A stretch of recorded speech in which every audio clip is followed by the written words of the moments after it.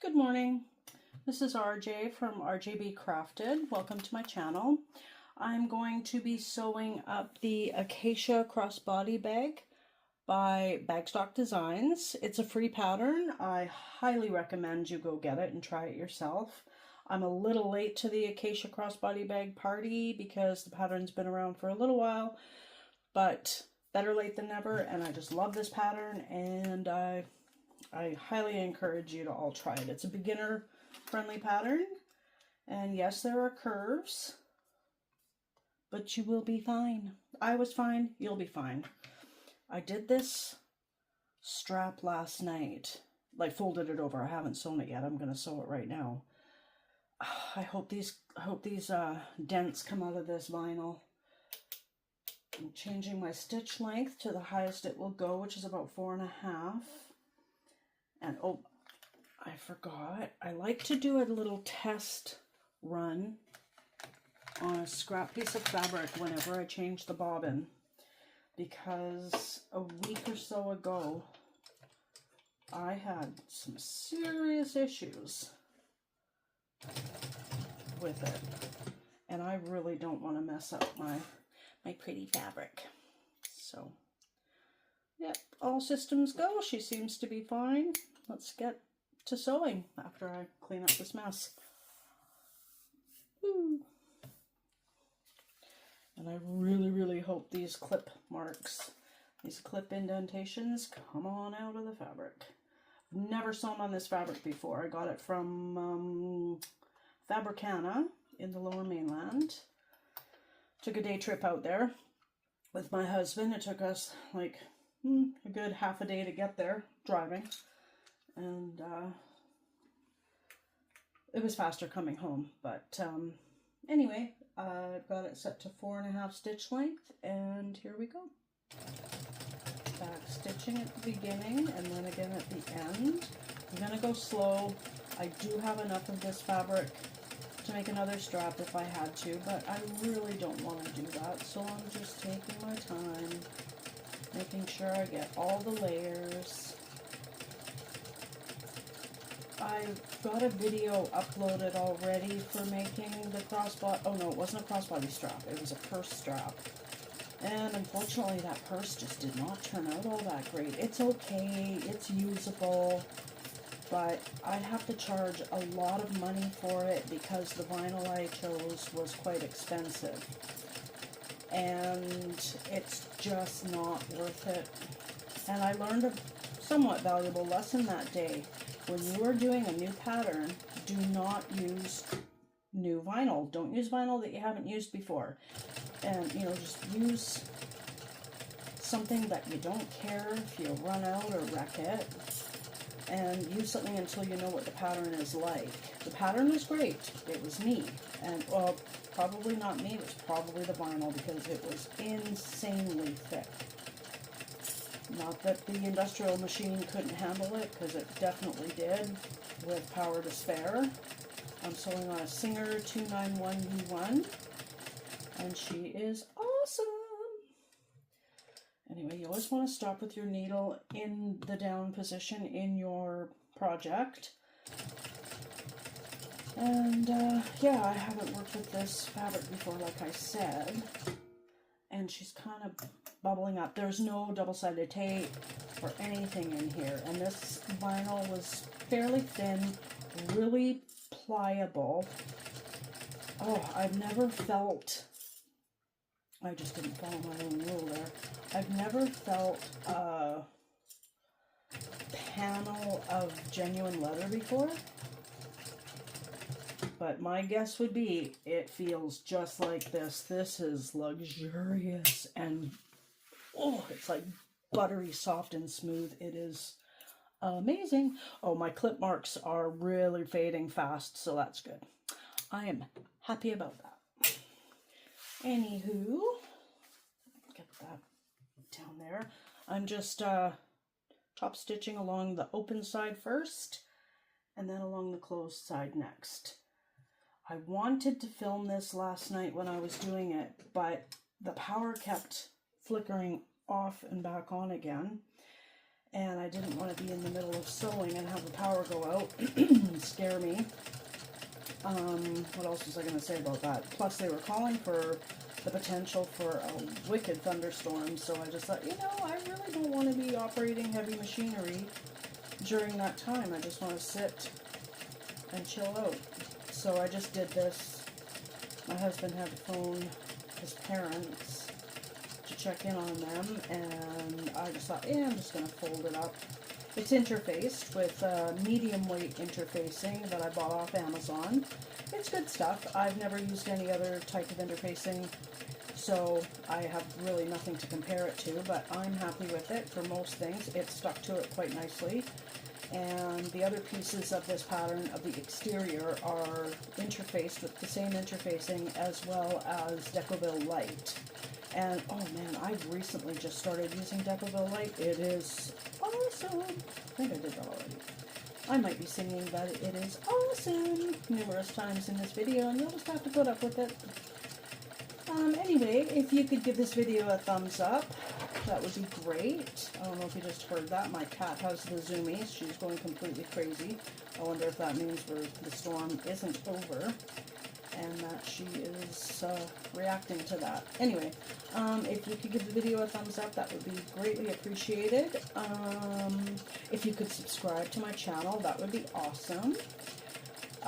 Just starting out, created my channel a week and a half ago. I have, I don't know, 6 or 7 videos uploaded already, and it's just going to get better from here. Bigger and better things are coming. I want to be an expert bag maker. Whoops. I hope I didn't scratch this vinyl with the scissors. This vinyl feels delicate, but I think with the interfacing, I think it's going to be all right. And yes, those clip marks are fading, and I think maybe I could take a blow dryer to it if they linger. And what else could I do? Maybe spritz it with a spray bottle, maybe. Anyway, there's my crossbody strap. So we just made the crossbody strap for the Acacia Crossbody Bag. And now we're moving on to the next step, which is, the next step was to install the female part of a magnetic snap or the male part of a turn lock, which I don't have any of those and I've never installed them before, so it's a magnetic snap for me. But then the step after that is to install the zipper, the number 5 zipper tape, cut to a certain measurement in the pattern. And in the pattern, they say to sew that on, baste it on, and then put your pocket lining on. I prefer to do it all in one fell swoop. So I will change out my presser foot.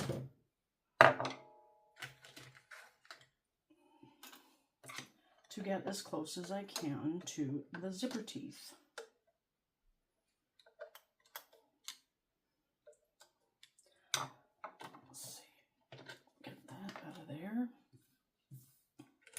I really want an industrial sewing machine with a walking foot. This machine here is probably about 58 years old. According to the manual, that's the date of the manual, release date or whatever. So I'm guessing this is probably around 58 years old. Anywho, gotta shorten my stitch length. I prefer a 3.5 millimeter stitch length for construction. That seems to be a really good length. My bobbin thread is quite curly here, so I think I'll have to check that when I'm done this seam. I used 1/8 inch double-sided tape on the front panel here, then put my zipper right side down, lined up flush with the top here, and then I did the same with the zipper pocket lining piece. I just butted it up, kept it centered here, and made it flush with this line here, so everything is all lined up perfectly and will turn out beautifully. I'm gonna have to stop there and get the zipper pull out of the way. going to zip it further closer to me for a few more stitches, and then I will zip it further away from me and get it out of the way for the rest of the seam.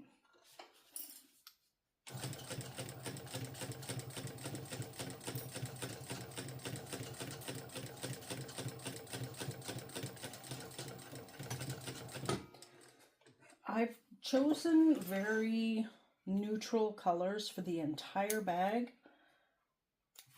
Can't even tell you what color the exterior fabric is. It's a light gray or it's a light cream. No, I don't think it's cream. It's different. I really like it. I wish I bought a lot more of it, but I didn't. Oh well, it's fine. Anyway, I'm just pressing the lining away from the zipper and flipping it over and doing the same with the exterior fabric because I am prepping to do my top stitch, which I will change my foot out again because we need a Teflon foot for sewing vinyl. The zipper foot might work, but I'm not willing to take a chance on it, so foot changing it be. And that's one benefit of having a walking foot.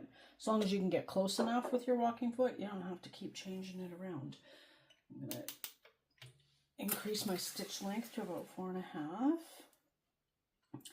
And what I do when I'm top stitching, depending on what foot I have, I generally line up the side of the presser foot with the edge that you're creating the top stitching. You don't want the top stitching right on the edge. You want it out a little bit. I do prefer 1/8 of an inch. This is not 1/8 of an inch. It's not quite 1/4 of an inch either. But this is what I measure with. And I find it works great. It seems to work quite well.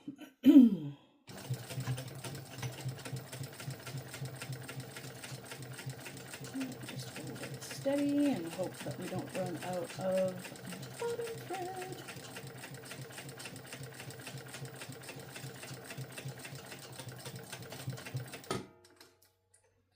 I think these colors together just being so, oh yay, we didn't run out of bobbin thread.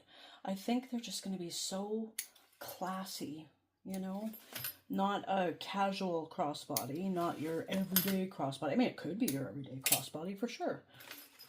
But just classy to me describes it perfectly. Just finished top stitching here, and now it is time to bring your pocket lining piece up and line it up with the top of the zipper, and then take your small little piece that goes up at the top here and line it up flush with that and flush with the sides as well. Again, the instructions in the pattern say to just baste that on and then do this. I like to do it all in one step, so that's why it is all attached there and ready to go. I checked my bobbin and it's still got some life left in it. So I will continue along the way with it. I changed my stitch length back to 3.5, which is my preferred construction stitch length on this machine. On my domestic, I usually sew at a 2.5 or 3 for construction, and then a 3.5 or 4 for top stitching. This might be a little too far away. I will have to have a look.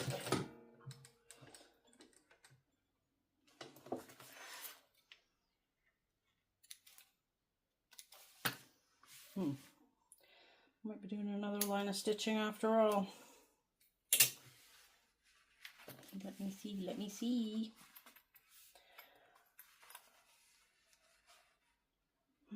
No, I think I'll just leave it.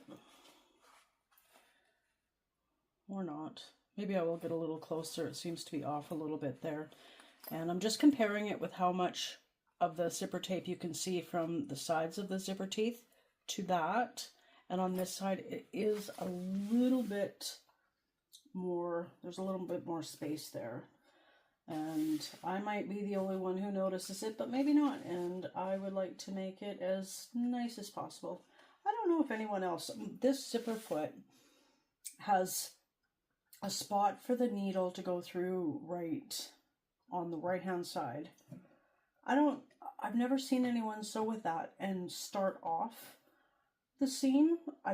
I feel I have to take the needle thread and bring it over here, put my bobbin thread off to the side, and then get my project under the presser foot and hold that thread. And I don't know if I've seen anyone else do that or not. So if you could leave a comment and let me know if that's what you have to do, or that's the best common practice or whatever, I would really appreciate that. Oh man, I thought I would get okay with the...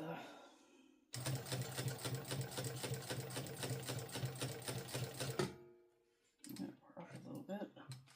Back down. Move the zipper pull. This might be too close now, and if it is, I'm going to be kind of upset.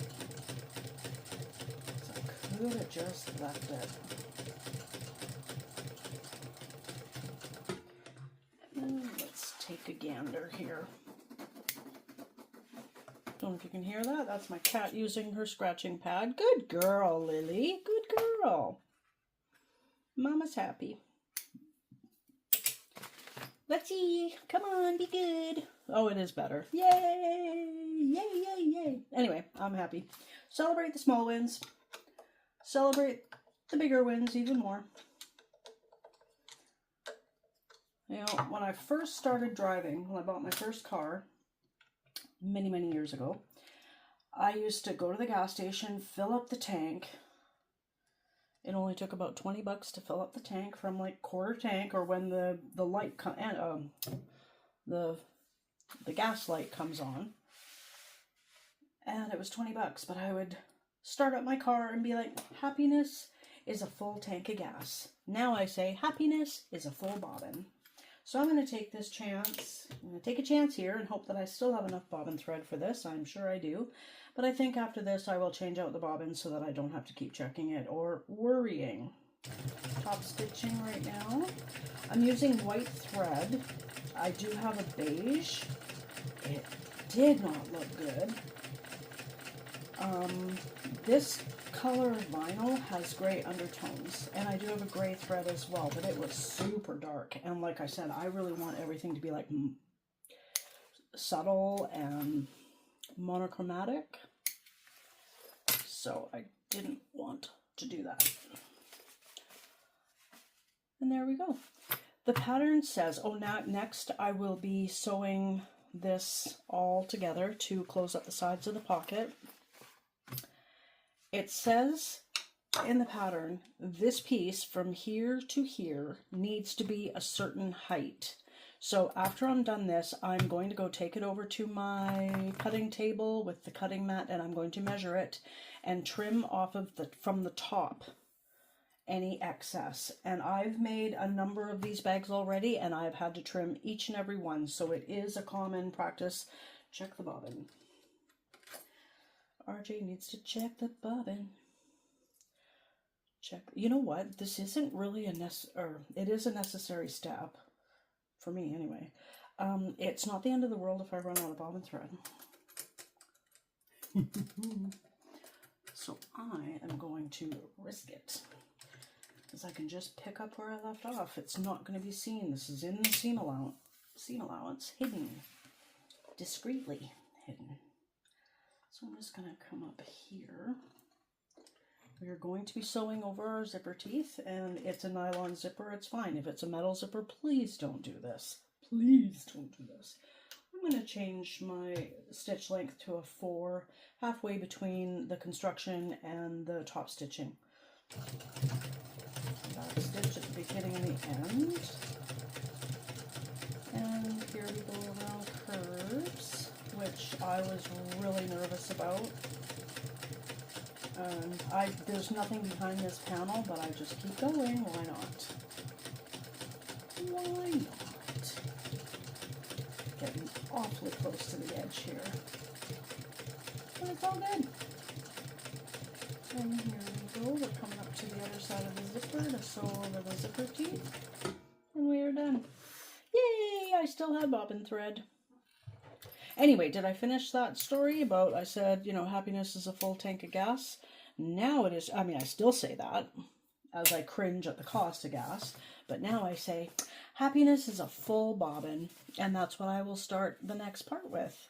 See, so now we just closed off these parts. They'll be closed off again when it's all assembled, and then we've closed off the zipper pocket, except for here, and this part is just going to get trimmed.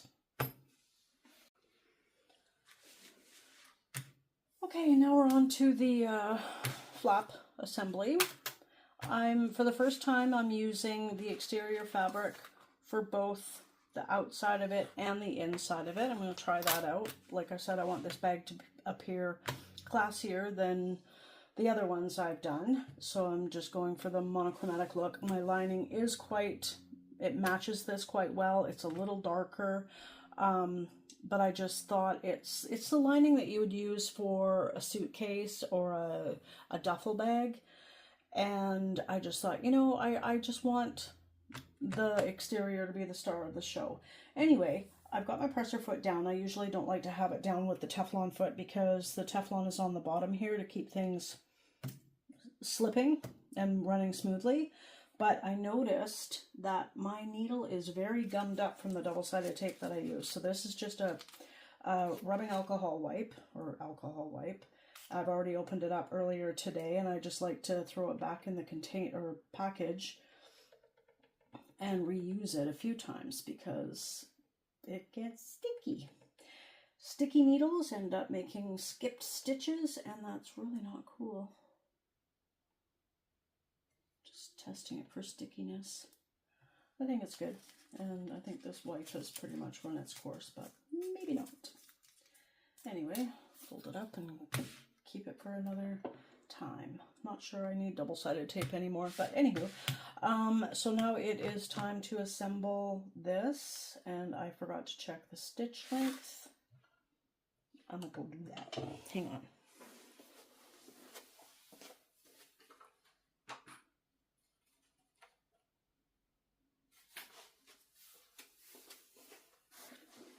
That's what I thought. Go get the pattern and see this seam allowance for yourself. Got a fresh bobbin in here, and I was going to say something. Okay, so the strap, I used the same exterior fabric for the strap, and you are more than welcome to do the same thing, but you could use webbing if you choose, if you prefer. I do both. I prefer webbing because it's easier, but I do like sewing straps. They're fun. But I wanted this to be classier. I'm going to use that word a lot today. And for some reason, my flap pieces, I cut them both, you know, within half an hour of each other. And they're just a little off. But I don't think it'll matter. Oh, pardon me. In the seam allowance, it'll all be... The difference will be absorbed in the seam allowance. I'm back to my construction length stitch length, and away we go.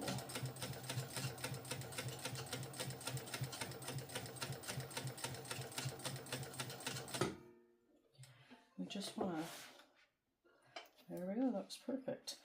Yeah, this lining piece, the piece that's acting as the lining, has been interfaced with medium weight interfacing. And I also installed the male portion of the magnetic snap.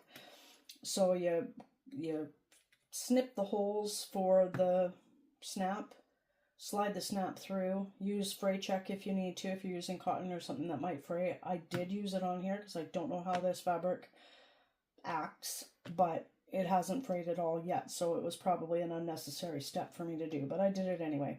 And then I put a scrap piece of vinyl that was thicker than this behind to give it a little more structure, and then I put the washer on, bent the prongs outward, and then this is just a piece of duct tape.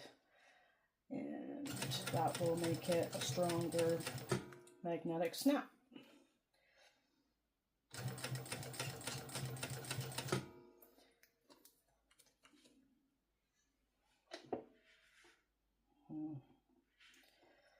Yeah, don't like how that went. I'm too far over. Darn, darn, darn. I might have to rip that out. And I will. Get the needle up. Cut the thread. And I'm going to seam rip. Have my seam ripper over on the cutting table because I use my seam ripper to cut the slits, whatever, for the magnetic snap prongs. So I don't like the way that was lining up. It wasn't going to be with the seam allowance anymore. So I just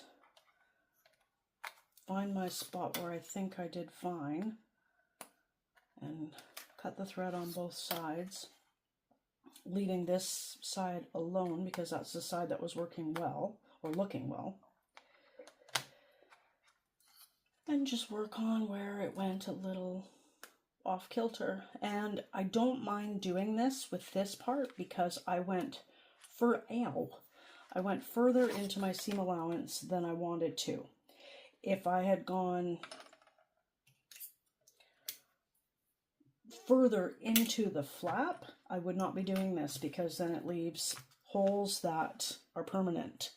So you got to be really careful with stuff like this. And you know, I usually hand crank around the curve here because this is a highlight of the bag, and everyone is going to see it and you're going to use it all the time. So this is a really important part, and like I said, I usually hand crank when I get here, and I didn't this time for the sake of the video, and I really should have, and I'm going to when I get there this time. My stitches that I cut out end right there, and I've backed it up a little bit so that I can go over it again and backstitch. I'm going to backstitch there too. Just to, yeah, I'm going to hand crank. I just don't feel comfortable here. And my belt on here just seems to be a little bit squeaky, and I don't know why. There we go, much better. But I think I want to do one more stitch like that, and then we'll go. I think I'll be a lot happier with that result. Yeah, it's kind of scary to try stuff like this because you just don't know if it's going to work out. But you never know until you try. And you just take your time. There's no, what's the rush? I mean, you might have an appointment, you might have to go to work, you might have kids pulling on your hair, but you might not. And even if you do have those things, just stop what you're doing and come back to it a little later. You don't want to have regrets. You want to finish your project and go, I made that. That's wonderful. And you want to like squee when you're finished, when you see your end result. I'm just going to trim this down, my seam allowance. So I don't know if I said this. This side is medium weight interfacing. This side has the medium weight interfacing plus Decoville light. Good stuff, man. Don't know. These scissors are not very good, but they're not bad. Just trim that down. I go half and half. Halfway to the stitch and halfway from the edge-ish. I don't measure. Oh, my hand's getting tired already. One more.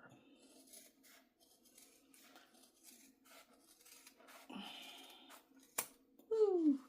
Nope. My hubby installed this grid wall here. I think you can see part of it. Maybe a little bit. Love it. Thank you, honey. Thank you, honey. Anyway, you do not close up your top because that's how you turn it right side out. Yeah, you know what? I have troubles with getting my Decoville and interfacing to stay stuck. It sticks originally, but then it doesn't stay stuck. Anyone else have that problem? If you could let me know in the comments, that would be appreciated. I want to know I'm not alone in that. Maybe there's something I'm doing wrong. I am using a fairly cheap iron. It's not the greatest. It's just your average run-of-the-mill iron. I do have a really expensive iron that I ended up getting the interfacing glue all over it. Now, I've left the Decoville light in my seam allowance, and that I might live to regret that, but we will see. We will see. Like I said, this vinyl is quite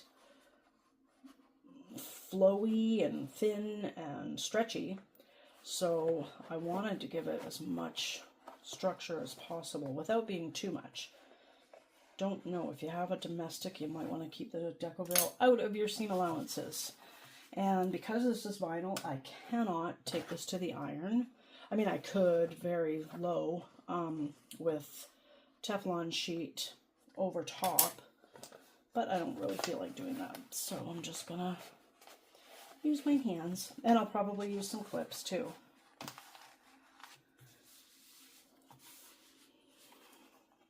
Yeah, there we go. I'm just gonna leave these clips on for a couple minutes. I checked out the strap, and those clip marks are still there a little bit.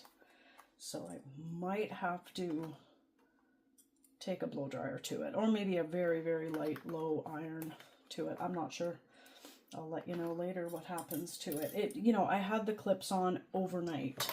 So the clips were on for probably close to 12 hours. So maybe it'll take 12 to 24 hours for the marks to disappear. I will not assemble the crossbody strap with the hardware until I know whether those things are going to be gone or not. And if they're not gone at that time, I will take measures to correct it, hopefully. No, I'll top stitch this way with the magnetic snap portion facing down. Get as close to the edge there as possible. I adjusted my stitch length again. And there we go.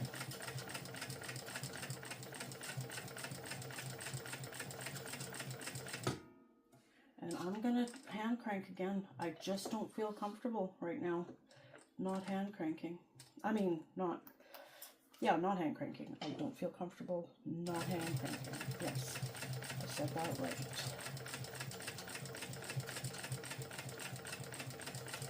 And I'm going to stop and hand crank again because it just makes me feel a lot more comfortable. If the thread was 100% camouflaged on here, I might attempt it, but I really don't want to, and there's no need to. There's a hand wheel on there for a reason. Oh, it wants to pull, and I don't know why. It wants to pull.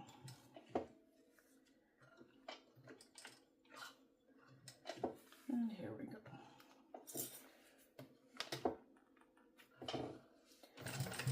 My knee lift on this machine is it is just awesome. I love using it. My domestic does not have that, and from what I gather, most domestics don't have it. Oh, you know what? Decoville light can gum up your needle too, and that's what this is, because I got it. My needle is gummy again. So this might be a 2 alcohol swab project, and I'm okay with that. Got some gumminess on there. Yep, that's what it is. That is what it is. That's actually pretty dry now. So there we go. I'm happy with it. It is not the best job in the entire universe, but it's definitely not the worst. This machine was originally had a clutch motor.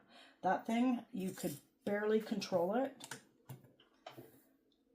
You'd go from 0 to 2,000 stitches in one heartbeat, and it's terrifying. Send your project just flying into the wall, and of course, you know, with that speed, you're all over the place.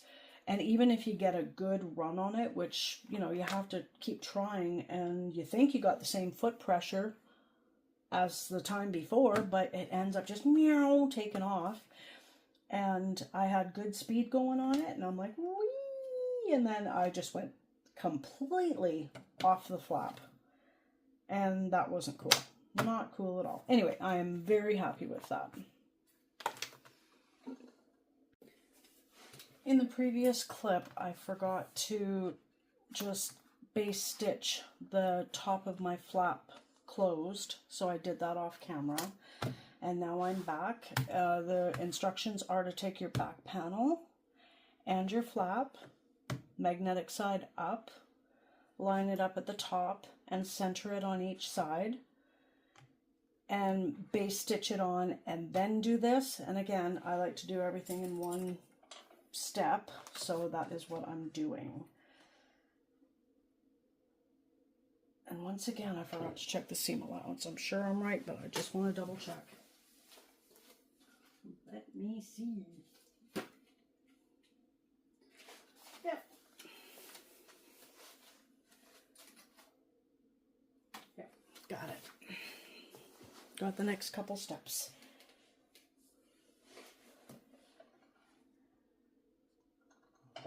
Now, I have me a Mount Everest to climb over the flap and then to climb down the flap. This is just a piece of cardboard from a purchase, something, you know, when you peel the plastic front off, the clear plastic, and then you've got the cardboard at the back. That's what that is.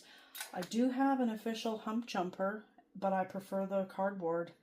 You can see where I sewed over this, and it didn't even break the needle, but man, did it scare me. So if I've got this handy, I prefer that. And sometimes I do have to go to the hump jumper, but the do-it-yourself hump jumper works just as good usually, and we will see. I've changed my stitch length back to the construction length, and this part makes me nervous, but here we go. Oh, I'm not even moving. And why would that be? I might need the hump jumper. I don't want to use it. Let's see. Oh, there we go. I moved. I'm going to stop sewing to take I was going to say I was going to stop sewing to take the clips out. That one went fine. I think I'll stop on that one. Get that out of the way. Coming down is scary for me.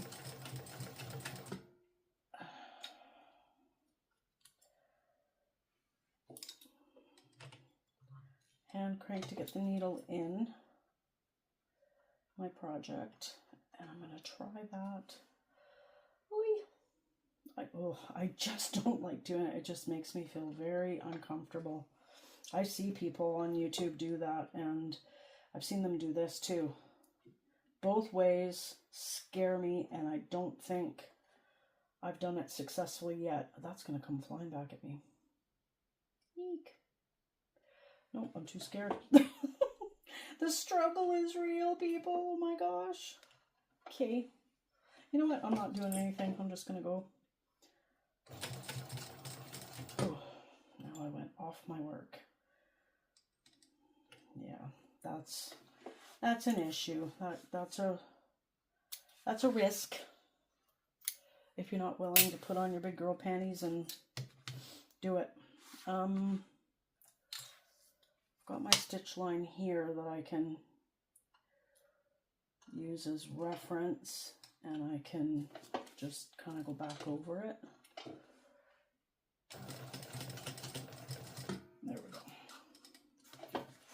Might not be ideal. The other way probably was the most ideal, but RJ the chicken.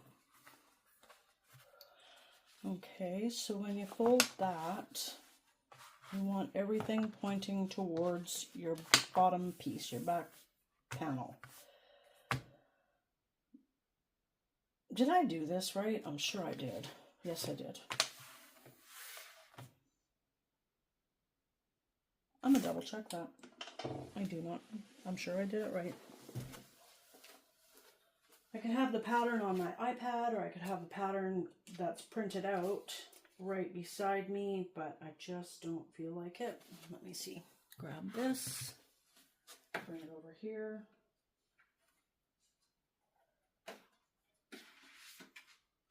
Compare.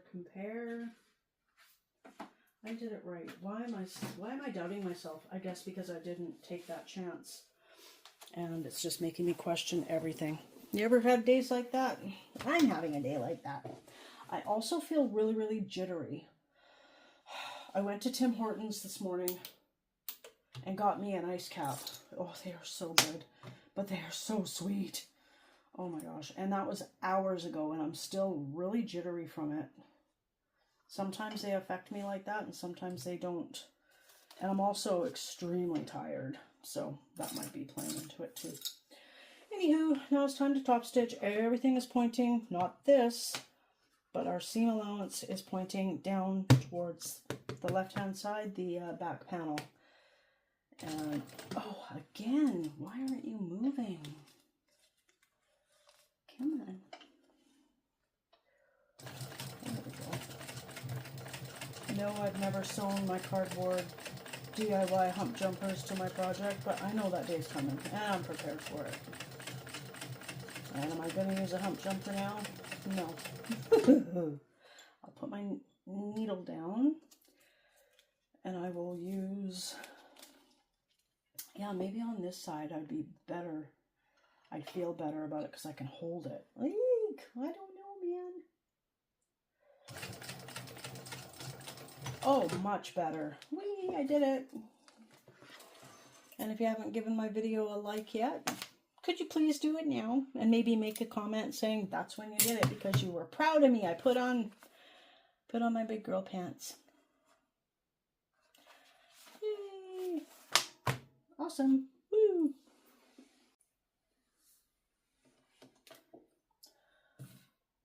So I've done the next step, which was, hold on a second, I'll go get it. The next step is to take your zipper pocket facing, and on the wrong side, this is like a waterproof material. I don't really know if there's a right or a wrong side. I couldn't really tell on this, and it doesn't really matter. This isn't a gym bag or anything. You just draw a rectangle for your zipper pocket on the back with the measurement specified in the pattern. And then the next step is to take one of your zipper pocket lining pieces, right side up. Again, same story as the facing. Don't know which end is which for this, and I don't really think it matters. But if you have a print, it definitely matters, of course. So you've got your lining pocket piece right side up and your zipper right side up. The first zipper installation, I used a number 5 zipper. It was zipper tape with the, you put the pull on yourself. This is a number 3 dress zipper.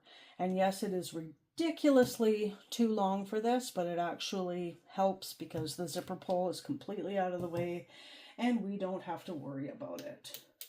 I'm going to change my stitch length to construction.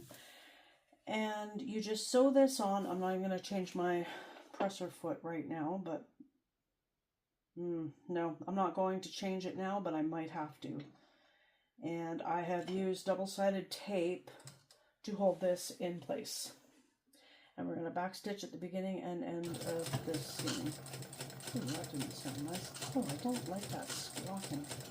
Can you hear that squawky noise of the, sounds like a bird, of the belt? And just stop at the side of the zipper pocket. Do not go all the way down the zipper. There we go.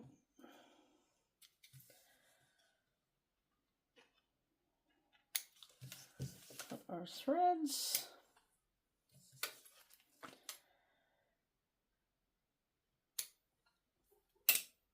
Now this could take me a few minutes to figure out because it's a little bit tricky. It's super easy, I know, but it's tricky for me. So I'm going to put the video on pause while I figure out which way to put the other piece of the pocket lining. And I usually use double-sided tape for this too. So I'm going to go do that off camera and pause you, and I will be back in a flash. Oh, I hate to admit that that took me longer than I thought it would. Longer than it really should have, but I did it. You got to make sure that the other piece, the other lining piece, is in line with the top of the zipper, as well as in line with each side of the previous lining piece.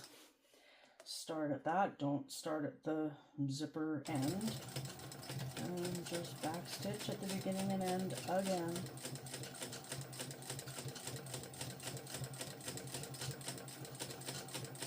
I'm a slow sewist right now. I'm just getting used to the servo motor. I think that's what I was talking about in a previous clip for this. It had a clutch motor, and then recently got a servo motor installed. Game changer. Love, love, love this machine even more. I loved her before, but man, was she noisy and very unpredictable. And oh yes, so I used double-sided tape on the back of that, and I will do the same for this side, and then we will be installing that on the lining piece and sewing it all together. Okay, because I'm using a fabric that can't handle pins being put through it because it will leave a permanent hole, I have taken Scotch tape, and it looks gross right now because I have taken away a lot of the stick of this tape by putting it on my pant leg first and then taking it off and putting it on here. So it's a gentle adhesion to this because I don't want any residue left behind. It works perfectly. Painters do it with painting tape, and I can't remember. I think the term for it is called half-lifing it, but I could be completely wrong. I do not know. Anyway, this is the zipper pocket facing. I've got it attached, centered, and down according to the instructions in the pattern. This fabric I just folded it to make the crease, and it leaves a crease like so nice. Perfect. Love it. I'm just starting at the midway point and putting my needle down on that outer line, not the center line. That center line is where we're going to cut when we're done this. But we're just going to sew around the rectangle here, down that little bit here, ignore that. And along this bottom long line, ignore those. And we're going to try our darndest to get the needle in each corner, because that will give us a crisper corner on the other side. Back stitching at the beginning and end. And just lift up. Hand crank, look at what you're doing, lift up your presser foot a little bit if you have to, and do your adjustments. I'm never perfect at this. That one's not bad. I think I went a tiny bit further than I should have, but it's not bad. And I have to remember to decrease my stitch length for this because the side pieces are so short. Well, it's not bad. I'm going to cut my threads, get them out of my way. You might notice I'm wearing long sleeves now. Oh my gosh, I just got so cold. And I took off my jacket that I had on and thought, nope, I want to stay continuous to what I started the video wearing. And I sat down for a minute in just my tank top. I was just frozen solid, so I opted for this shirt because it is thermal. And now I'm fairly toasty one. Just going along here. I've got to figure out why it's so squeaky. And here we go to line it up. I'm just lifting my presser foot a little bit, and I'm pushing the panel a little bit closer to the wall. Just a tiny little bit to get as close to the center hole or corner as I can. And this one I'm going to do the same thing. I'm usually getting the needle out and lifting it up, and there's not enough room for a stitch, so I end up backing it up, pulling it towards me, and that works too. But I think maybe That's not exactly in the corner. It's going to have to do. It's just so close. You know, this is on the inside. I know if it was on the outside, I would maybe cut new pieces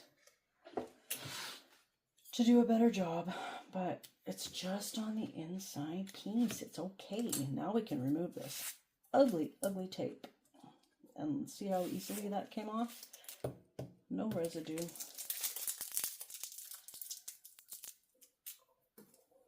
There we go. And my needle is, let's get that down. My needle is dirty again. That stuff is, I don't have any line or no interfacing. I was going to say recipe. The pattern does call for interfacing on the back, but this is fairly thick.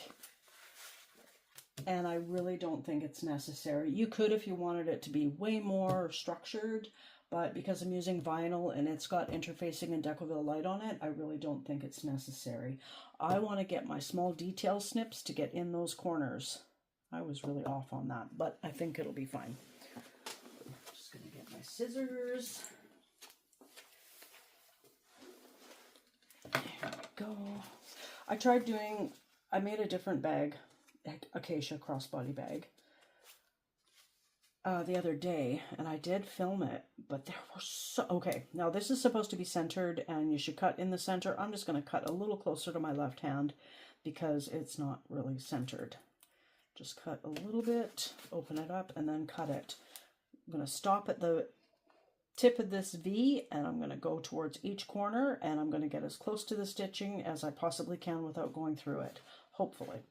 What was I saying? Oh my gosh, I don't remember. I thought I'd remember. Yeah, this one's a little wonky. Scissors, were we talking about scissors? I don't remember. Hopefully it comes to me. Boop. Boop. I don't like that up there. Okay, and I'm just gonna push this. Oh, the stuff creases so nicely. And make a crease here on the stitch line on all four sides. Too long, too short. And that should help me get this through to the other side. Should. We were talking interfacing. I don't remember. Oh, that's terrible. And then I'm going to play this back and I'm going to know it and be like, oh, RJ, that was so important. It probably wasn't, but... Or, I really wanted to finish that statement. Oh well. 'Tis life. 'Tis life. Now, I see there's a little bit of puckering on the corners, and I'm okay with that. And we'll see what this side looks like. This is the back of it anyway. You give it a little tug, and you can, I don't know, I guess you're making the thread stretch a little bit so it has less puckering. I'm not sure. Just finger press that and finger press this down.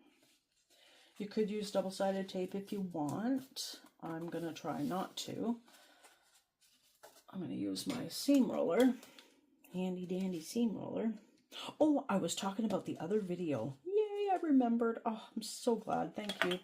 Thank you, brain. Okay, before I forget. I filmed it. There were so many technical glitches. The power was flickering on and off, which didn't really affect the video. Oh yeah, it did, because... No, it didn't, because video does not require Wi-Fi. But my phone was doing wonky things. It was awful. And is that all I was going to say? The bag turned out nice. But I can't remember if that's all I was going to say. At least I remembered part of it. This part? Was it this part, maybe? I don't know. I mentioned the squeaky wheel on here in that it was acting up then. I haven't made it, I haven't sewn with my husband around, so I can't have his opinion right now. I don't know it. Anyway, here it is from the front. There's quite a noticeable pucker on the right bottom side, but I'm okay with it. I really and truly am. And now we are going to, actually, I'm going to roll it a little bit more from this side. I used to think that when I first started doing facings, I would watch tutorials and see the facing, and I'm like, oh my gosh, that just seems like such an unnecessary step. It is amazing. It's awesome. It just gives more structure. It makes your zipper panel just feel just better all over. What else was I going to say about that? Oh yeah, I thought maybe I could use a scrap fabric for this facing because it's not going to be seen, right? Kind of wrong. Unless you get it absolutely perfect here, you will see a little bit of it. And depending on how light colored your lining is, if it was dark on the other side you're facing, you might be able to see it. And then that just might be a bummer. It might be a good accent. It might be, oh man, why did I do that? You just don't know. So I decided it was not smart to take that, I was going to say shortcut, but it's not really a shortcut. It would just be a savings, if you will. So now what I'm going to do, and I know my zipper pull is over here. I'm going to, and I've done this every time. I've been sewing with zippers for about 4.5 years, and I always forget, ooh, this one's good, to check whether it opens and closes properly. I've never had one that didn't open and close, but they've been catchy and difficult to do. I need my double-sided tape.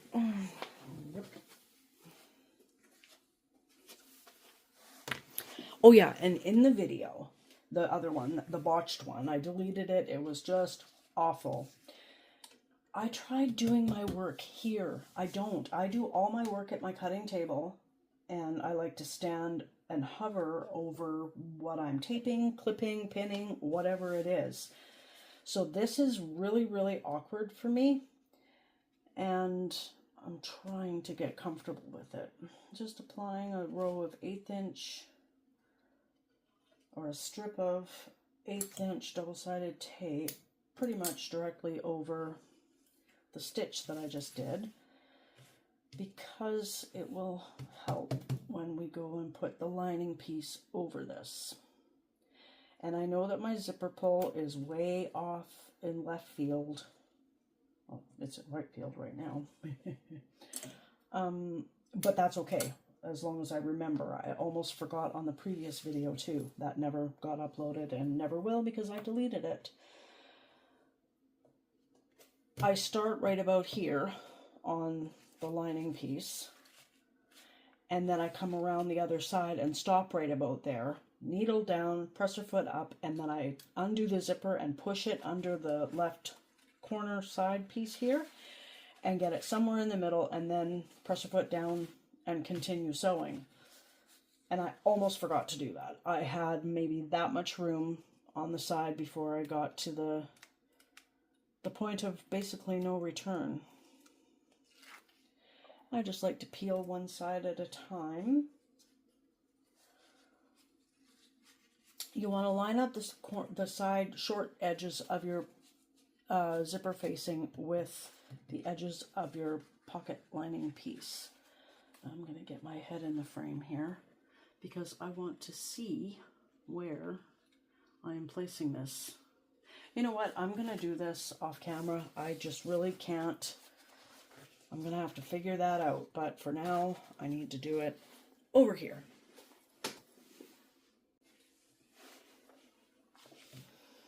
Okay, so I've got both sides of the zipper stuck here with the double-sided tape. And I'm just going to be sewing all the way around here.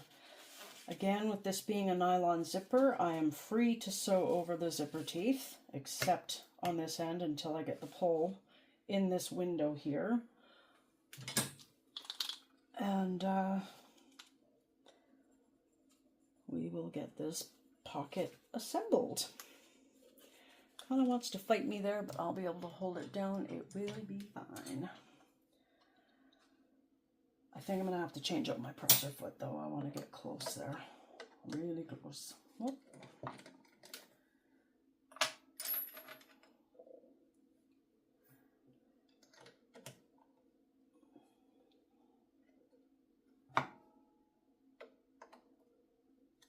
There we go.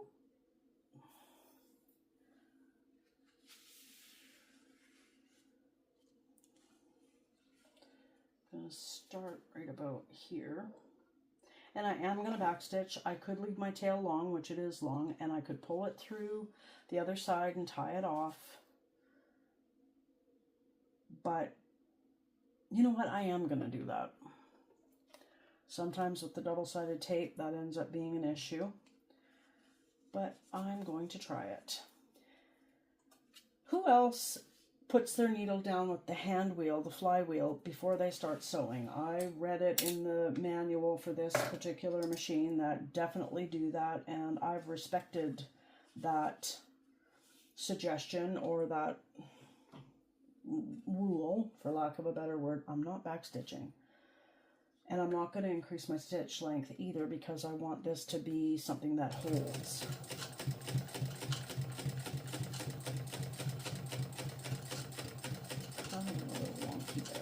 Just want to stop past that window, and let's lift up the presser foot and check. I want to go a tiny bit more, and I'm just going to have to bring it back towards me a little bit. Put the needle down. That's better.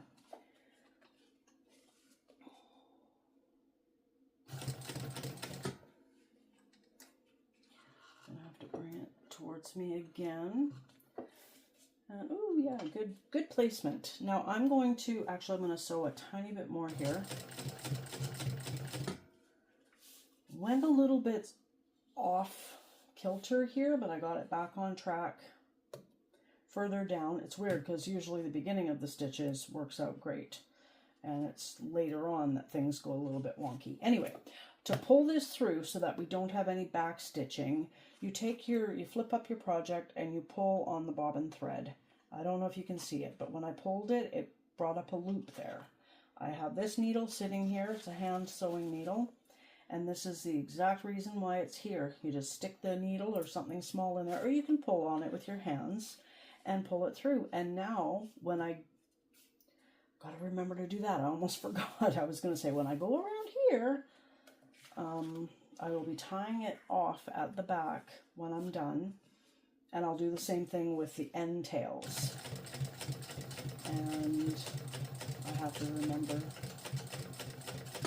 needle down, down even further, presser foot up, zipper open, go past, and past, and past. There we go, yay! And keep it out of the way of the zipper foot, and resume sewing. I think I'm lined up good. Good enough. Now you want to hold your zipper teeth together because your zipper tape, your zipper teeth close to each other because this is the open end. So you just want to hold it shut so that it kind of stays that shut. And is that good? Nope. Need to lift it up and pull it back a little bit, and now down. Much better. I'm not going to be in line with this. I'll try. I don't want to be in line with it, but I am. Okay, lift up the presser foot, see where we are. I'm going to hand crank and reposition because I do not want to be in that thread, and I might be in that thread, but I'm really close. And now we're just going to pull on it, make a long, long thread, long tail, and cut them off. And we'll see. I'm going to flip this over, and those are the two from the first, I believe. We'll soon find out when I pull that. Yep, there we go. Don't know if you can see that. When I pulled on it, I got that little loop right there. I'm going to take the needle and stick it in that loop. Pull it a little bit more here. Woo! There you go. And then, hey, what happened? I should have 4 tails back here. I think I just undid a stitch instead. What happened? Yep, that's what I did. Okay, I'm going to take this needle, although it is quite fat. You know what? I'm not going to take that one. I need to go find a needle and then thread it on this one and poke it through that hole and bring it through to the back. That's what's going to happen.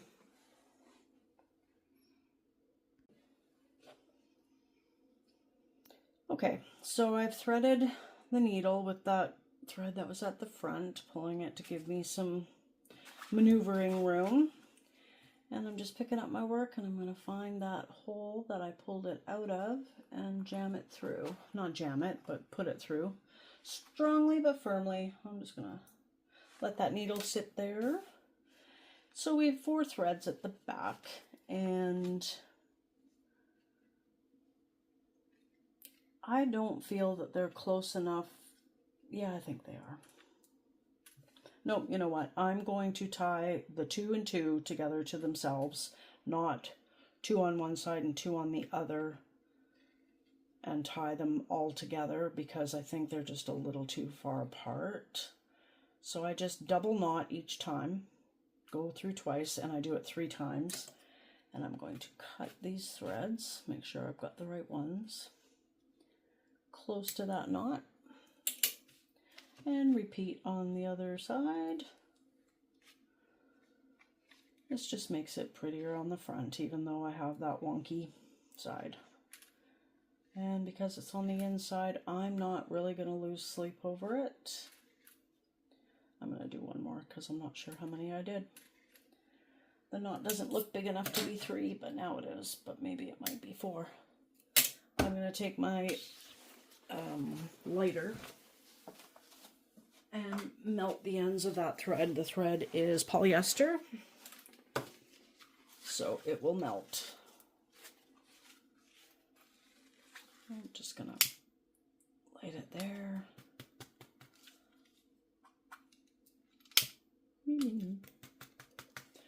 There we go. Throw you in there.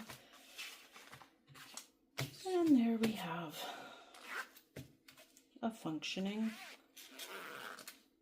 zipper pocket. Okay, I know it's not a pocket yet. Close. So what we do now is we're going to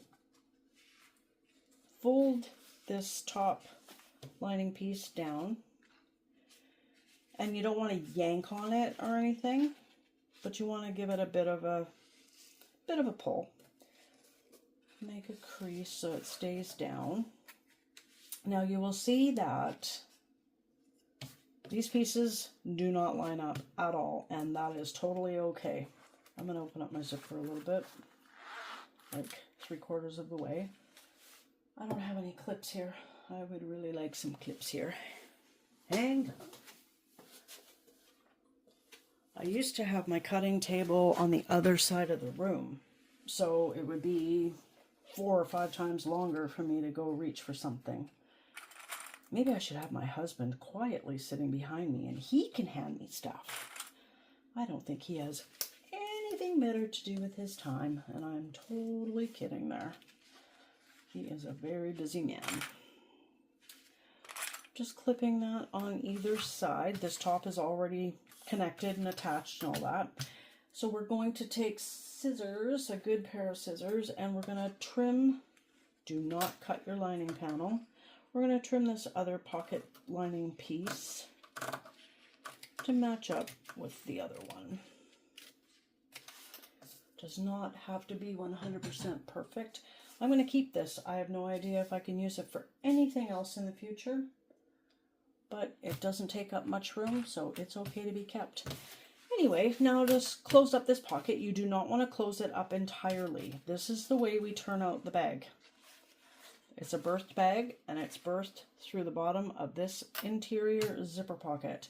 So we do not want to sew up the bottom. What we're going to do is we are going to get the lining piece out of the way, and we are going to sew up the sides. But what we're going to do is, and I keep saying what we're going to do, how annoying. anyway, you're going to fold it up 1/4 inch, 3/8 of an inch, however much you see. I think 1/8 of an inch would be too, it would end up, this pocket would end up being too long, and it might end up in your seam allowance. That's my guess. I don't know. I've never tried. But just, I guess that's maybe 3/8 of an inch. I don't know. I think it's a bit bigger than 1/4 inch. Just fold it this way and that way. Not inward toward the pocket, but outward. And that's just going to leave us with a really, really clean edge to sew shut when the bag is complete. It's going to be really, really nice. But again, do not sew that part. We are sewing the sides only. And I'm going to change my presser foot.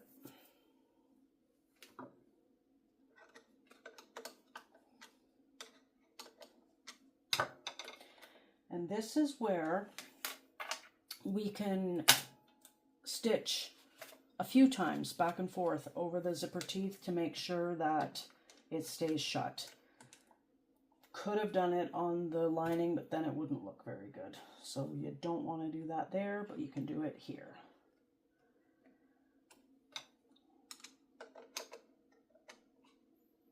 The tail's a little bit longer.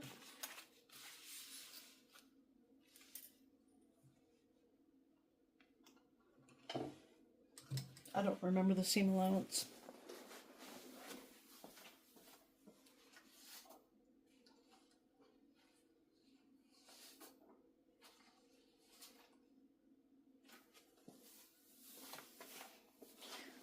I was right.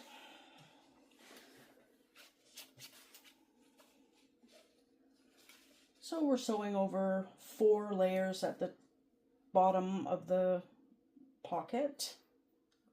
It's the top of our sewing seam right now, but it's the bottom of the pocket.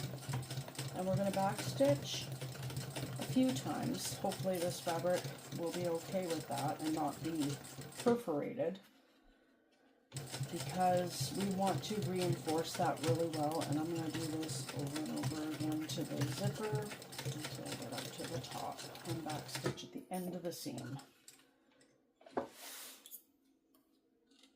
You want reinforcement at the bottom of the pocket because we're turning out it's a small bag, but there's some bulk. And it just, you don't want your seams to rip. You just don't. Or maybe you do. I shouldn't say that, but I wouldn't want my seams to rip. Yep.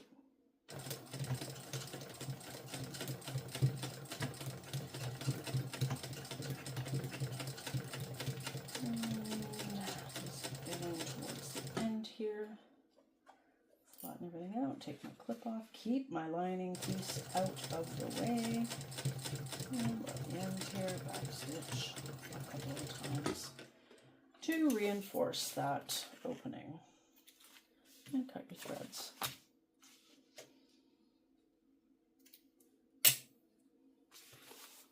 Whoop. See? I bought a ton of number 3 zippers when I was making just basic zipper pouches. We're going to trim those off. I don't have my crappy zipper trimming scissors beside me.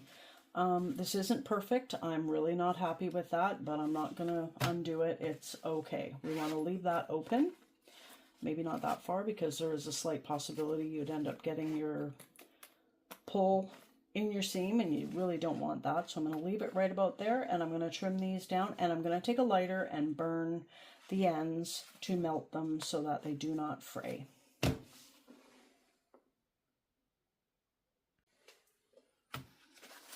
Okay, well, I did a goof. I made a mistake on my zipper pocket that I did, my interior zipper pocket. If you'll remember, a few seconds ago, this was really light gray zipper, and now it's way darker. And that is because I sewed this onto one of these, which this is the slip pocket which is, you know, quite a bit smaller and would not fit with the gusset and all that. So I made a goober. Anyway, I redid one. I cut out 2 more pocket pieces because I had to, and the facing, and one of these in order to replenish everything and do it right. I did not bother filming it because why? It's just the right size. And actually, you know what? I did backstitch at the beginning and end because I just couldn't be bothered with pulling it through like I did last time.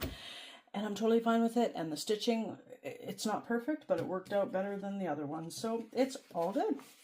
Anyway, so we are on to the slip pocket pieces. And we're going to put them right sides together. And like I've said a couple times already, I don't think there is any right or wrong side to this fabric. There probably is a slight difference, but I don't know what it is. And it's just going to be fine the way it is for a bag. Totally fine. Yep, I took a couple hours off because this pocket upset me. But it, like I said, it all worked out for the better. All worked out for the better. So I'm good. Just sewing them right sides together if there were, you know, sides to be right together. Trying to get more comfortable with sewing a little faster on this thing because I can sew quite a bit faster on my domestic. My domestic machine is a Brother CS7000X.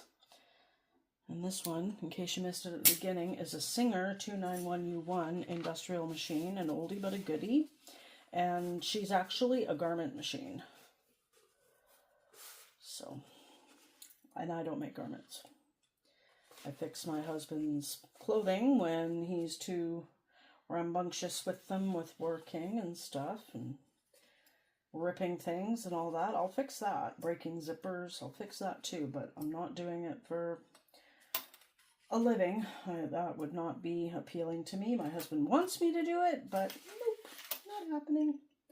I'm just going to increase my stitch length up to 4. It was at 3.5, and usually my top stitching is at 4.5, but I'm just going to do 4 for this one because I think it's good that this one would have a little more structure, and a shorter stitch length does just that. I believe. I could be wrong, but I don't think I am. Anyway, after being disappointed by sewing that on the wrong piece, I had my tiny little adult temper tantrum. Then I cut out my other pieces. And I thought, you know what? I'm hungry. I'm going to go have dinner. So I had dinner. It wasn't healthy, but it was good. I had hot dogs. Yeah, and that's a tiny bit crooked, but I don't care. I don't care. I'm going to check the instructions on what I need to do next. And, yep, where is my other piece? Right here. Okay. Let's not have any more mistakes. Please! I really don't want any more mistakes. Nopey nope. And I've, you know, had a wardrobe change again because I was so cold earlier and now I'm warm. Yeah, I'll admit it. I had a glass of wine before the hot dogs. And a little warm. Now I'm just base stitching these 2 slip pocket pieces together so they stay together and no ripples happen when I attach them to the main lining piece, the correct lining piece, you know, because both of these are in use and can't be mistaken for the lining piece. I'm just glad I discovered it when I did, because if I hadn't, and I would have put it with the gusset. Did I say that already? I don't even know. No, I am not intoxicated or buzzed in any way. I'm just really, really tired. Really tired. It'll be interesting to see the lighting difference because it was super sunny earlier today when I was filming, and I'm not at a window. There's a window behind me, and I'm probably 8 or 9 feet away from it. But it's really cloudy now. It's about 5:45 or so p.m. And we'll see. I will see on playback how it is. Okay, so I just folded these in half to get a crease to mark my centers. And I'm just going to clip these together here. Actually, I like to do 3 clips on the bottom first. It holds it more securely. And then when I bring it up here, it's not swinging in a, you know, way swayed over to a different direction, the other direction than it should be. So it just happens to work a little better that way.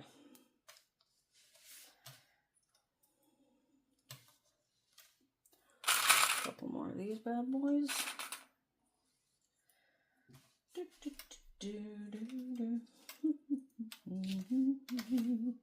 And now I am just going to make sure my thread is that way.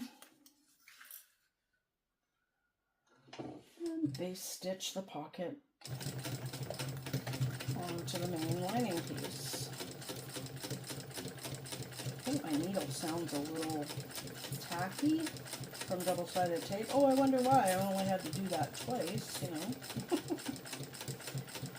Yeah, I could have totally deleted that part and you would never have known. But you know what? I want to keep this real because I watch a lot of sewing tutorials, and yes, I see some mistakes, but I don't see many, and I have a feeling that more mistakes are made than are being shown, and that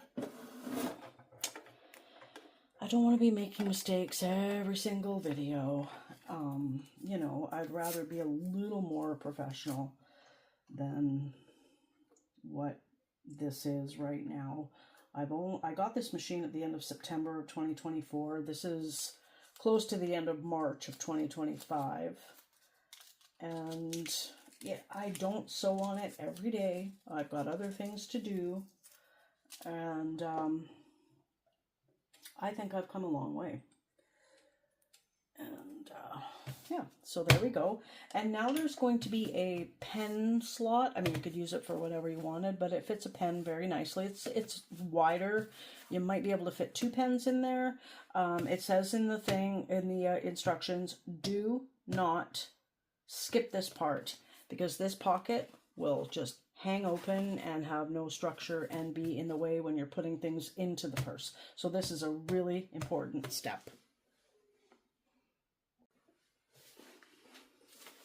I just drew a line with erasable pen to mark where I'm going to sew to make this little pen pocket piece. And the measurements are in the pattern. I'm going to backstitch a couple times when I get up here because it's going to be a high traffic area. I could put a rivet. Yeah, I could put a rivet. I don't think I will, but I could. And you could too. See? Now there's plenty of room in there for money, maybe a phone. My phone is in use right now, so I can't do that.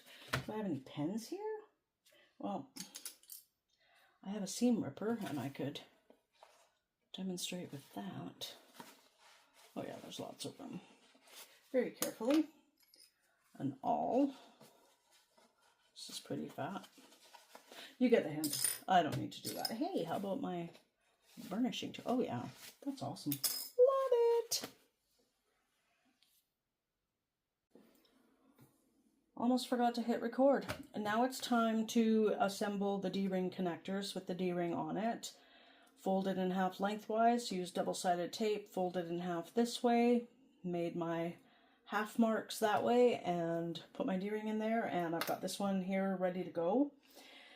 I'm not going to backstitch because I don't know about anyone else out there, but it's a little scary sewing so close to something very thick metal. So I do not like to backstitch because you could just end up off track by a little hair, and that could be a problem. So yeah, let me know if you're scared of doing this too, because I sure am. Here we go. Eek.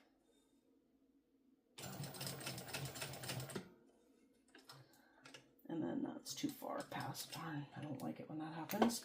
But I left a long tail at the front. I'm leaving a long tail at the back because I'm going to pull them through and tie them off because, like I said, back stitching is scary stuff when there's metal involved.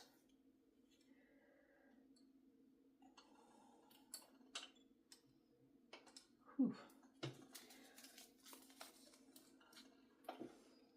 Long enough tail, yep.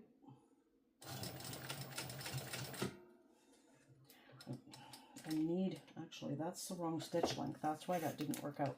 I'm not redoing it. Nope, nope, nope. But that would be why. Now, I have pulled on these towards the back to tie them off, and I've actually pulled all the thread out. I guess it's because it's such a short stitch. So, oh, there, I felt it go. Maybe it won't come through because it's the top, the needle thread, not the bobbin thread. Well, isn't that weird? I guess it does make a difference. I never knew that. Well, I don't like that. Guess I'm gonna have to thread that through myself. So yeah, note to self, have it so the needle thread is showing on top. I thought I would prevent it from going crooked and then seeing the folds from the front. And I've had this issue a couple times, so I guess that's what it is. I guess you can't pull that thread. Interesting, but frustrating too. I'm just gonna make me a stitch there. If I can pull it through. There we go, that's one. Learned it. Oh, no, I did it on that one too. So I guess I'll have to do it on all four. And if I can figure out how, I will fast forward past this part. Yep, the lighting in this house is not great.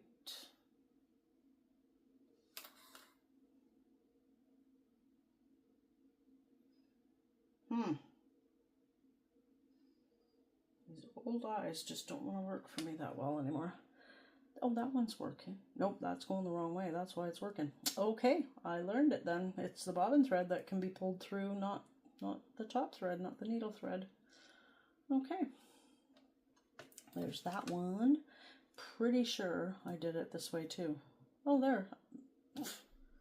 I was sure I stitched it up that way. So maybe it just didn't want to be pulled. That could be. Oh. Yeah, no rhyme or reason to that, because I'm pretty sure I sewed them both on the same side. Okay. There we go. I'm going to tie them off, tie those ones off, burn them, melt them. Shouldn't say burn them. I just like to do the double knot. Down, double knot, 2, double knot, 3. Come on. 1, 2, and 3. Cut them off so I don't tie this one twice and the other one not at all.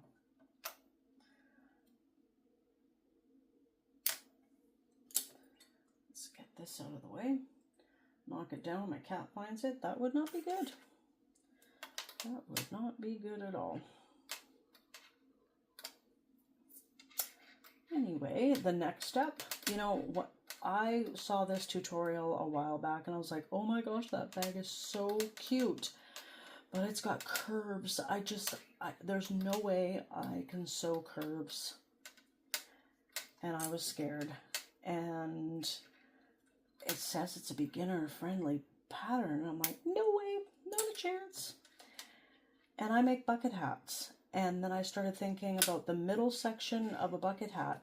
You're sewing a round top to a slightly curved midsection. And I thought, that's just like a gusset. Go for it. And I did. And it's way easier than I ever dreamed possible. Way easier. It was awesome. It was fun. I love doing gussets. Oh, actually, the gusset's not next. It's attach these things, which is scarier than what I just did. Anyway, I gotta go get my lighter so I can melt those ends. Wherever my lighter is, here it is. Get my readers back on. It's a good thing I need reading glasses because it's slight protection for my eyes too whenever I sew close to metal things. I mean, have you ever broken a needle? Oh, it is so scary. That one came undone.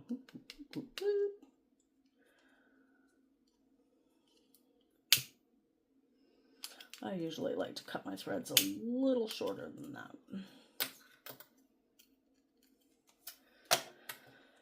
There we go. Okay, so the D-rings are attached now, and I like to take my double-sided tape, which is over on the cutting table, and I like to tape this bottom end. Like, this is a little floppy, but it's always going to settle down to where it was because it's sewn down. This is my 1/4 inch tape, which I don't use near as often as I use my 1/8 inch tape. But I'm just gonna put a piece here and here.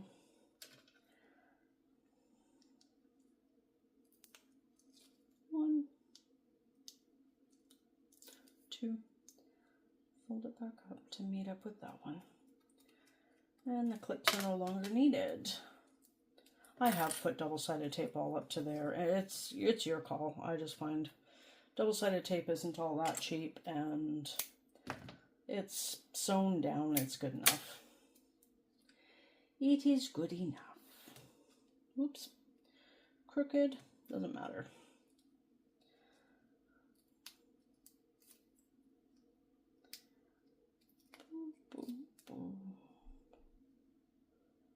And there we go. Bring that back up.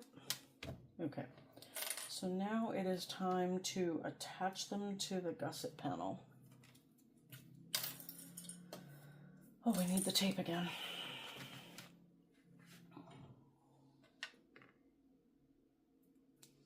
Double-sided tape is awesome for this.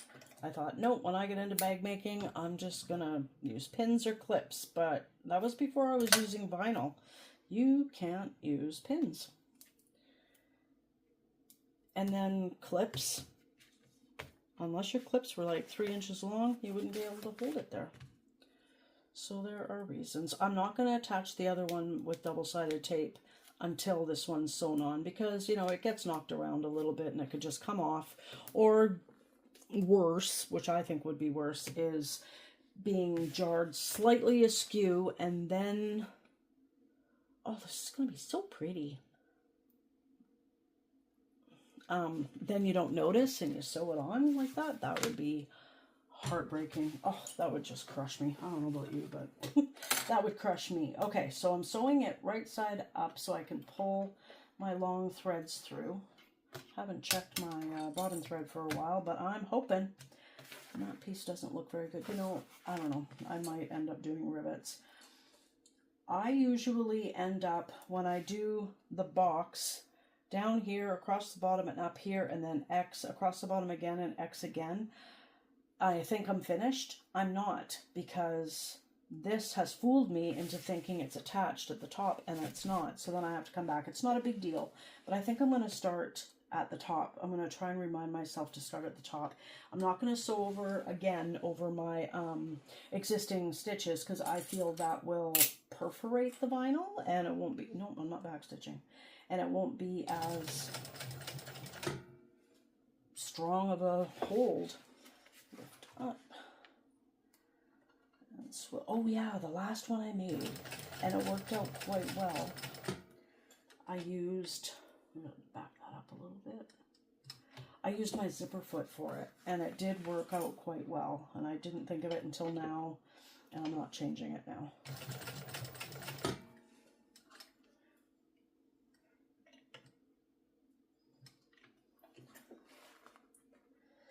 Yeah, I'm gonna pull on the bobbin thread, the bottom one, get that needle,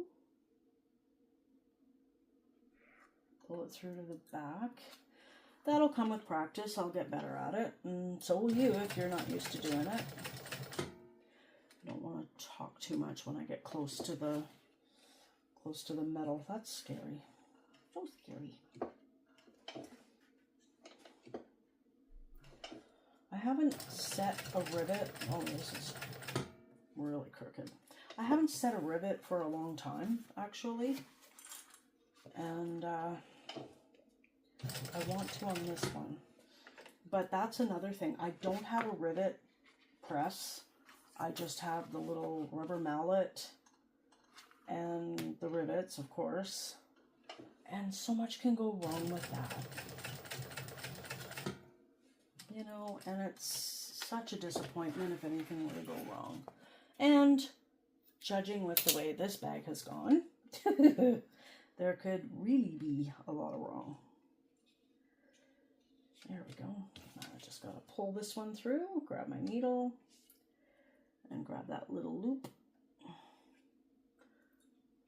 See, I'm already getting better at that. If you do it often enough. I made a little, a friend of mine gave me a bunch of flannel strips. I guess she was making a quilt. I don't know. I'm not a quilter. She is. But she just donated a bunch of fabric to me. Such a, bless her heart. That was so awesome. And there was a bunch of gray and white ones. And they were so cute. Some of them were gray with white stars, white with gray stars. Some of them had the alphabet on them. And I thought, oh, I could put all this together and make a little blanket for my cat. Oh, and then there was a gray piece. Was it striped or plaid? I can't remember. No, it wouldn't have been plaid. I would not have used it if it was plaid. Because I love plaid and I would have used it for something else. Anyway, I did a solid back to it. A solid piece, panel piece. And then I sewed all those strips together.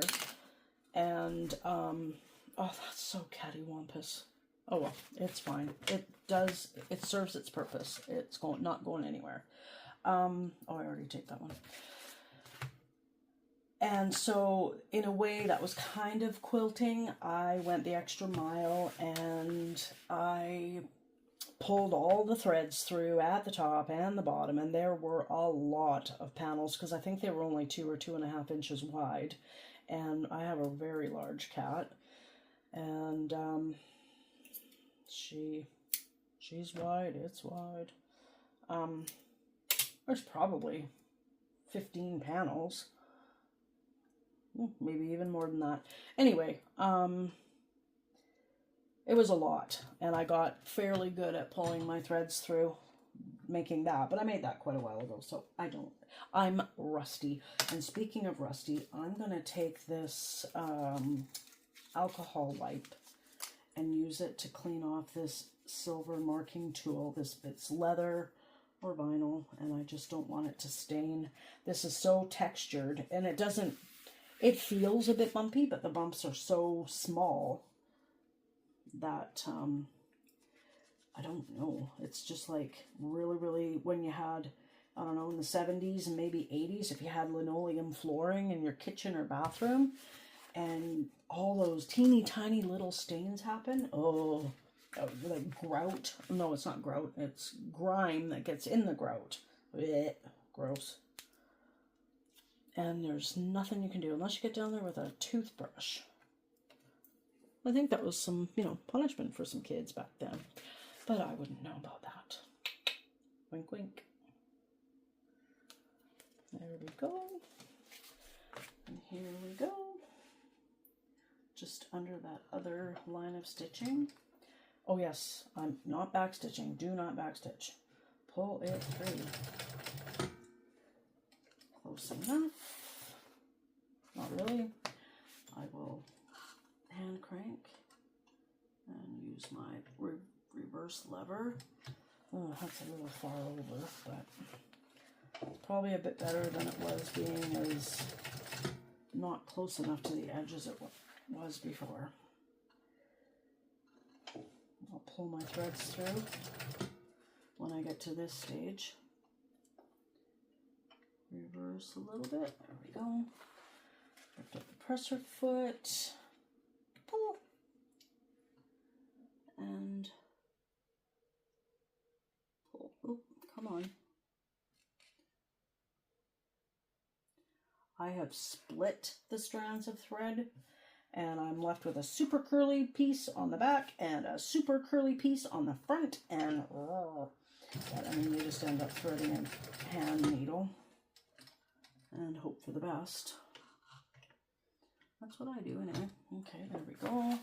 Time for the X, and I'm not going to try and make this X match that one, because that one was wonky. No, I'm going to keep the needle down. It's the presser foot that goes up.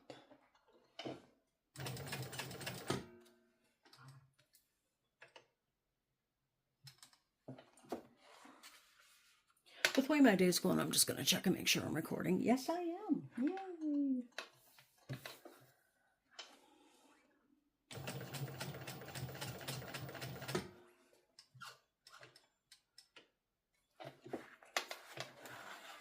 Oh, I ran out of bobbin thread. When did it happen? Oh, no. All through that. Yeah. Oi. Oi, oi, oi. My bobbin thread was getting curly. And I thought, well, that bobbin's been wound for a while. That's why. Oh. So, I guess I'm going to try and pull some of this. I'll take my smaller needle, if I can get that off. I'll try and pull some of this thread and tie it off somewhere with a long enough tail. Well, I don't know what to do there. Not cool, man, not cool.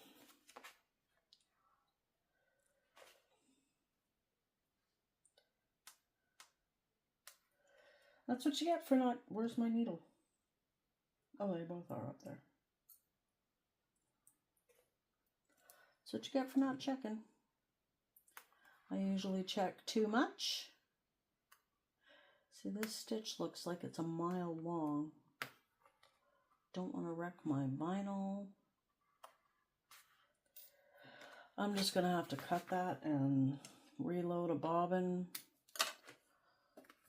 and sew over that. Oh, not happy, but stuff happens. Why didn't I check?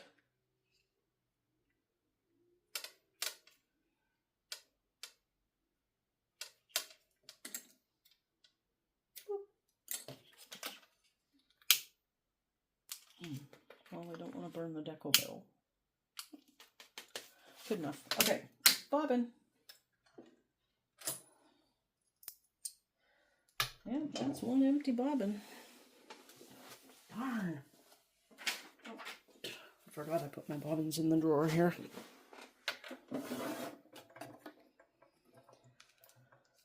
Got this thing called a bobbin boat. Concept is cool. I feel that the bobbins, it's really new. I only had it for about a week. I do feel like the bobbins will fall out eventually. Like after a few times of putting a bobbin in, taking it out, blah, blah, blah, blah, blah. And that's not enough thread to finish this project, but it's enough thread to get this finished. Wind another bobbin, and I'm going to test this. I can't believe it. Yep. Okay.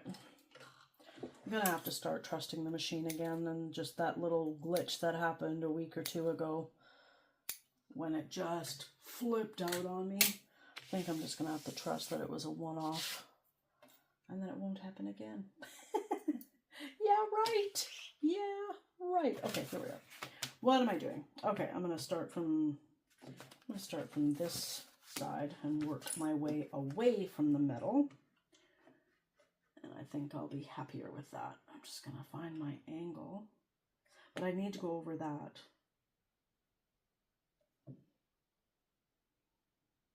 You know what? If that thread comes out, it comes out. It won't. It will matter. I'm gonna have to backstitch there.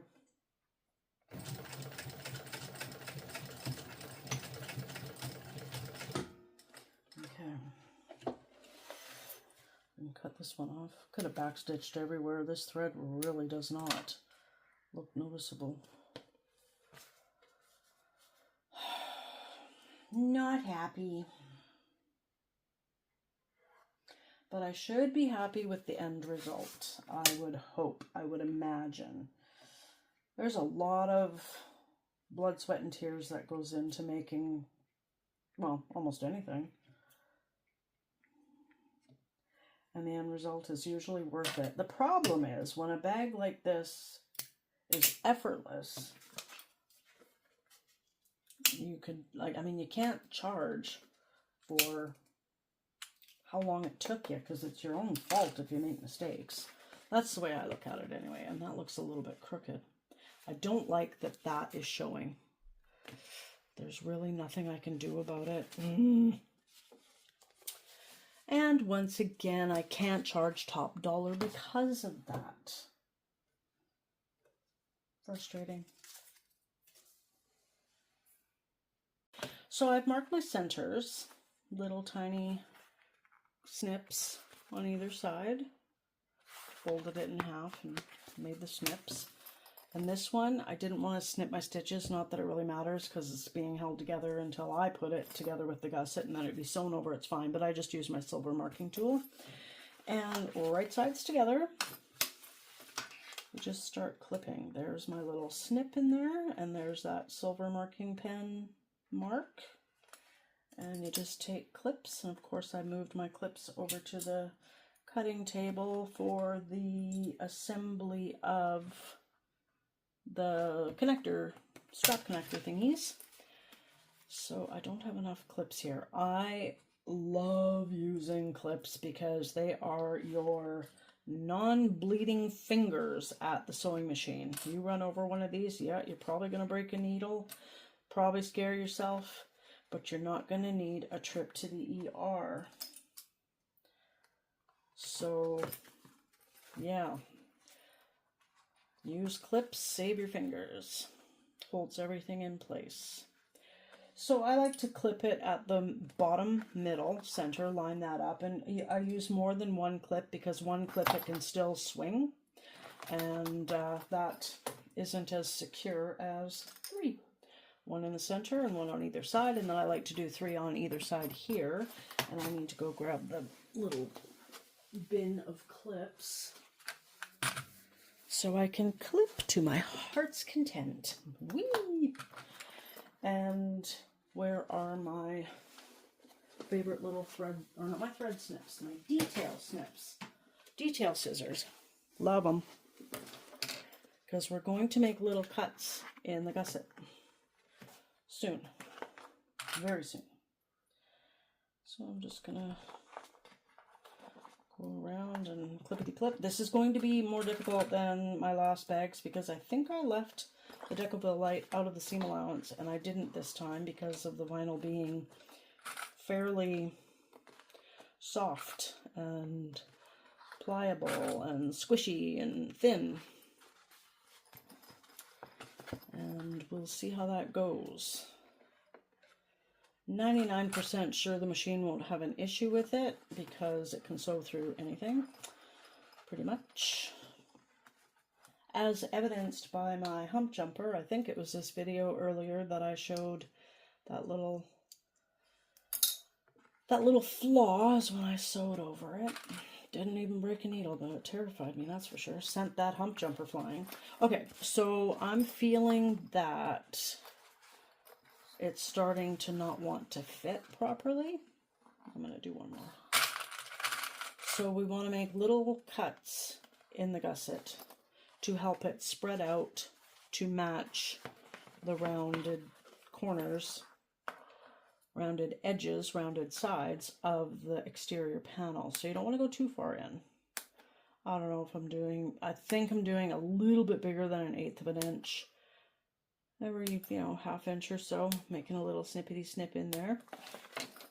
And then it just, it just relaxes it and makes it fit, and it's wonderful.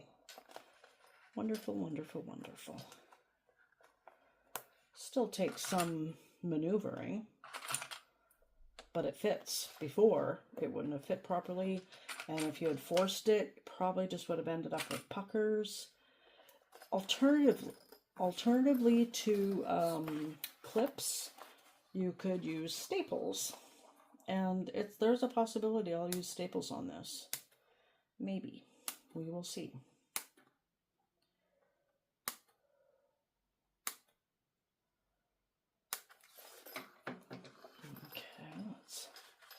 I just don't want it to shift, and taking clips out, you can make it shift yourself. Clips they don't go through, so yeah, they can move, and the fabric can move too. So there is a little bit of a risk of that. But the more clips you use, the less likely that'll happen. Isn't that pretty? Anyway, let's get going. Gotta decrease my stitch length there a little bit. I got a full bobbin, so I am happy. RJ is a happy, happy person right now. But I notice my seam allowance mark has worn off. I need my little ruler and my Sharpie, and I'm just going to remark it.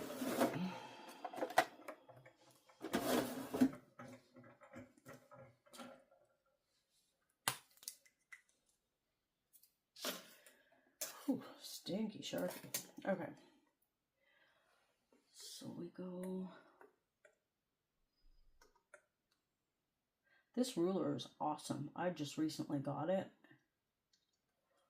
and I was using a regular ruler to mark this seam allowance. Believe me, it wasn't easy.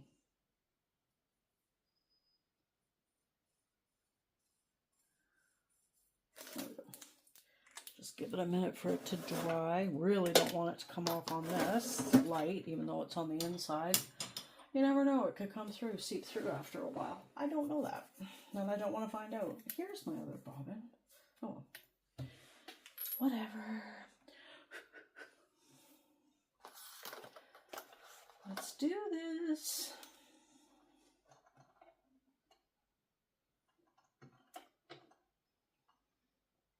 Okay. Let this go well, please, and thank you. This is a burnishing tool. I bought it at the dollar store in the scrapbooking section, craft section. And I think it's for scraping on stickers to make sure they stick wherever you're putting them. And I just found it's really comfortable to hold, and it holds your work. It's awesome.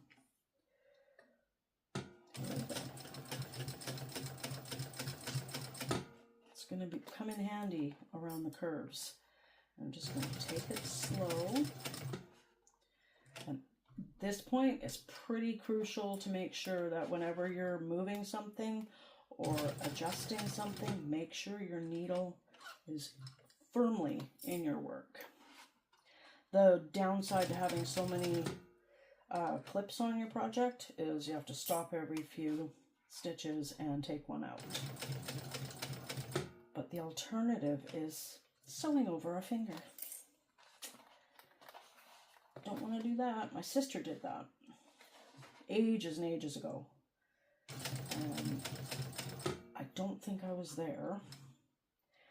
But I remember, she's quite a bit older than me, I remember asking her, why do you have a big line down your fingernail? She's like, I sewed over my finger.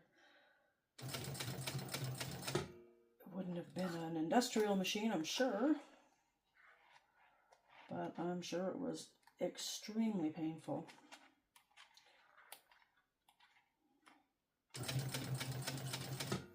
I don't want that to be a trait that runs in the family.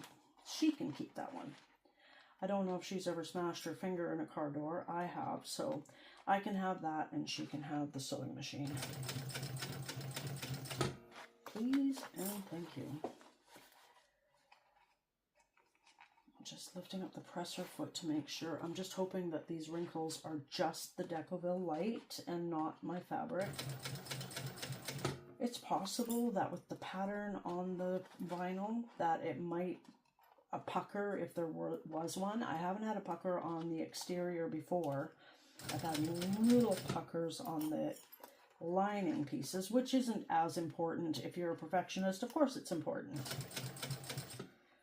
And in a perfect world there would be no puckers except for the ones when you're kissing your loved ones. That's it.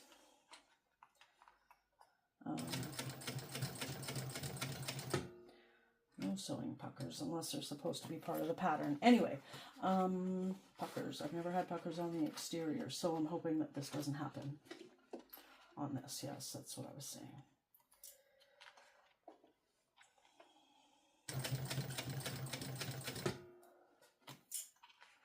These clips don't like to come off very well if I take them off near this screw. They really get hung up on the screw. There, I broke my own rule. I took a clip off with the needle up. Such a rebel.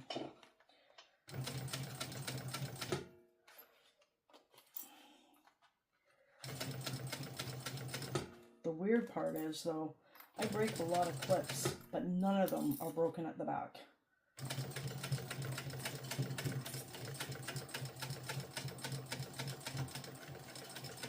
Back stitch. And there we go. Yay! Made it through that. Unscathed. I think it all went well. Let's check for puckers. I just see some wrinkles. I hope those aren't going to end up being puckers. I'm sure they're not. Just wrinkles. Perfect. Yay!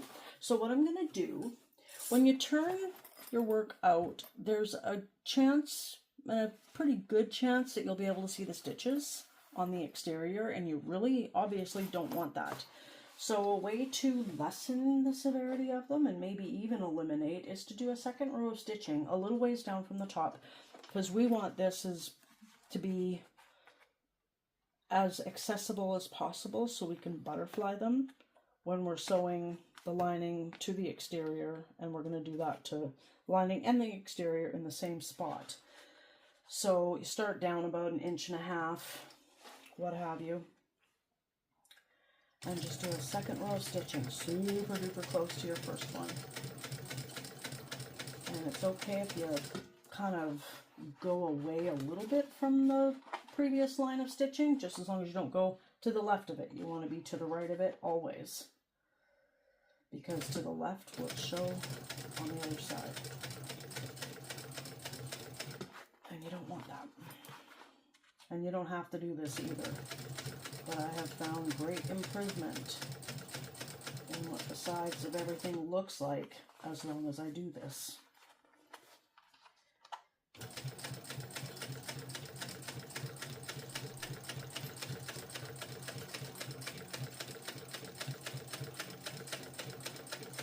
And you've got to remember to don't go all the way up.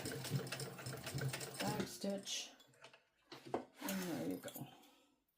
We're going to trim that down a little bit, the seam allowance. Don't trim the top because you want the full seam allowance there so you can butterfly it. It's a lot easier to butterfly if you have enough there to butterfly.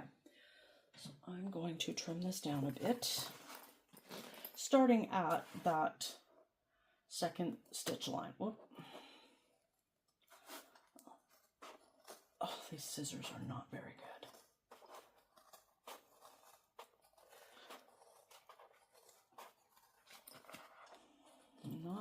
good at all.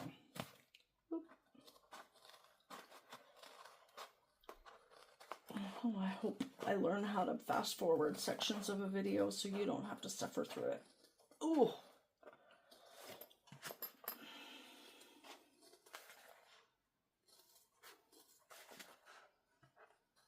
Oh my gosh. You could use pinking shears here, but I don't do that because my pinking shears are probably wimpier than these scissors. That's what I get for buying fabric scissors at Canadian Tire. Had them for almost 5 years. Oh, that was painful. Yeah. There we go. Get rid of all this junk. I'm not sweeping it off onto the floor. I'd love to do that, but I've got a tall, narrow garbage can to the left of me, and it is the exact height of this sewing table, and it's the exact width of the sewing table, and it's only about 11 or 12 inches wide. It is awesome. I love it. Love it, love it, love it. Anywho, that's that, and we will attach the other side. The other side is a little trickier because it's got the flap, and you definitely don't want to sew over the flap. I think I'm just going to go ahead and do this off camera.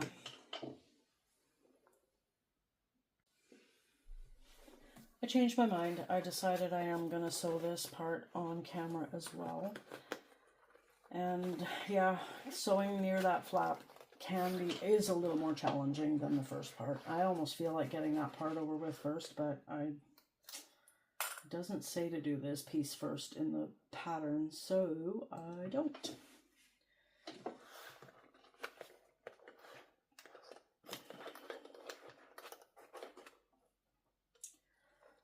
Doesn't really want to stay. I'm going to use my awl, position this, and then hold it in place. It's not really staying. Whoop. Flashes to my domestic machine. I was going to put the pressure foot down. Oh, got my trusty knee lifter for that. Ugh. Don't be afraid to squish your bag. It's scary thinking, oh, I'm just going to wrinkle it. It's never going to come out. It does. I haven't checked the strap for a while to see how badly the clip markings are, but I will eventually.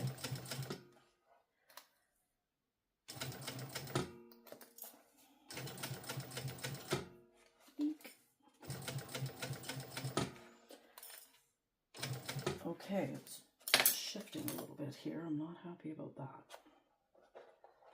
Darn it. Okay, let me see here. You know what? I should actually have you on the other side.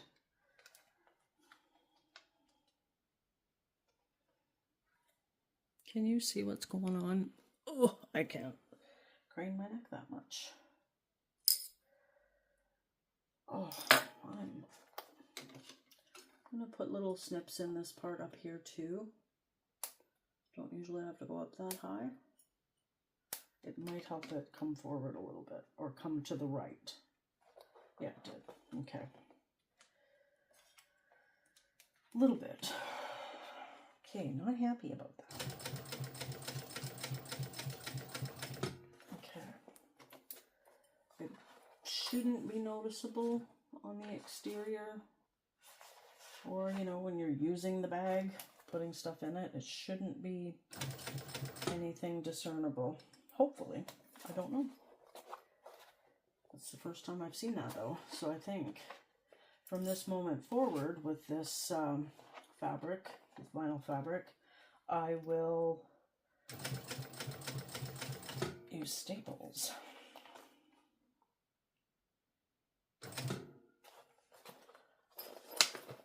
If you think things are getting wrinkly and potentially puckery, don't hesitate. Take your foot off the foot pedal so you don't sew over yourself, but put your hand in the bag, play around with the gusset, realign things if you have to. Use your trusty emotional support burnishing tool that you're using for sewing. That works great. Why is this raising? I guess it's because it is more difficult to sew the second piece on than the first. The first has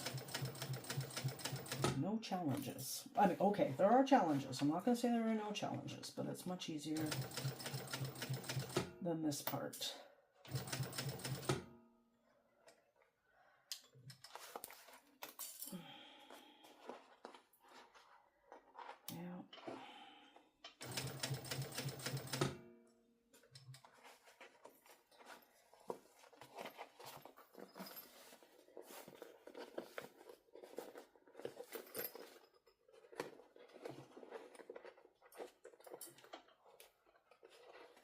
Yeah, it's the Decoville too. Being missing while it's creating a little bit of a problem.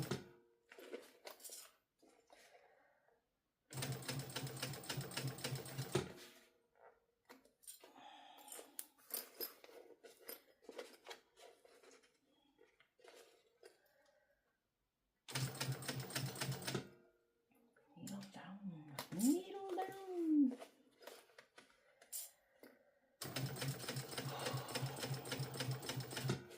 This can be a problem up here, getting close to that flap.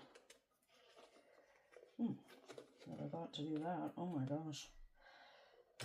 Oh, no, it's not moving. Okay. So I need my, just gonna get the needle in there fully, get my hump jumper out. Oh, that's going to get sewn over. What about the other side? Ooh, maybe. Okay, let's get that in line.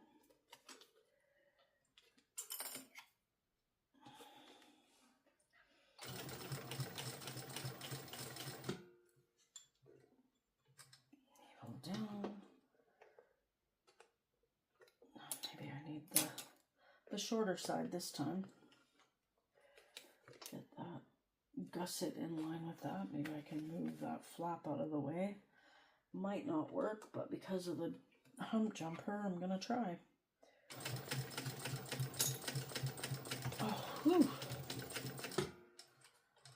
Yes, labor of love for sure.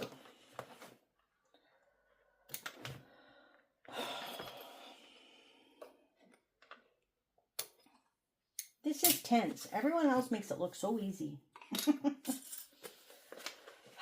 Second row stitching won't be as difficult because we're not getting close to that flap. And the stitches are already there to hold it all down. And what else? If it starts to go a bit belly up, you know what? You just don't finish. Not that you don't finish the bag, you just don't finish doing the second row stitching to the right of the original stitch line.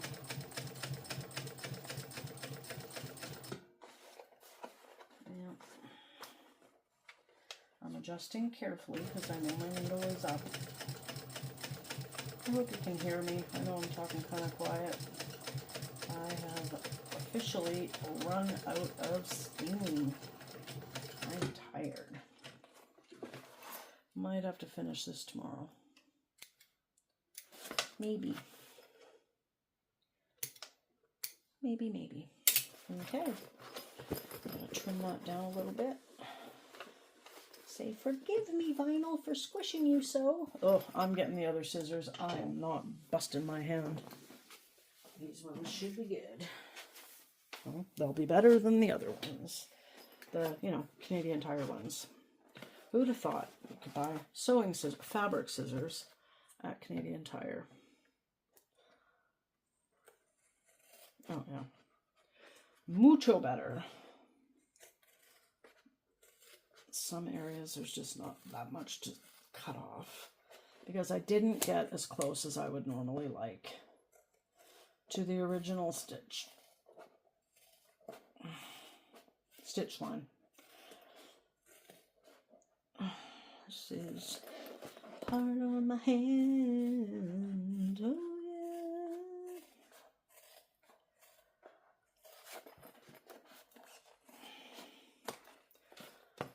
Good enough. And then guess what time it is? It's time to turn it inside. No, not inside out. Right side out. Let's check it out. I did not check to make sure there were no puckers before I did that second row of stitching and cut the seam allowance. I have faith it will be nice. Let's do this. Ooh, ooh, crinkle, crinkle. Don't like that sound.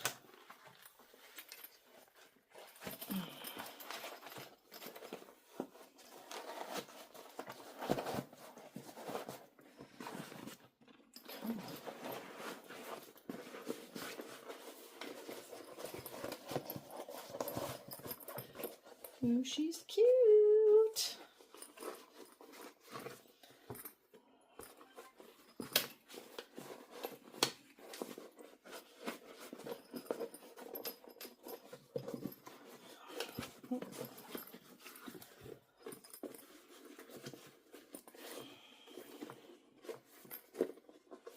I just had this zipper open halfway so that I didn't accidentally sew over the pull. Well, that would be not good.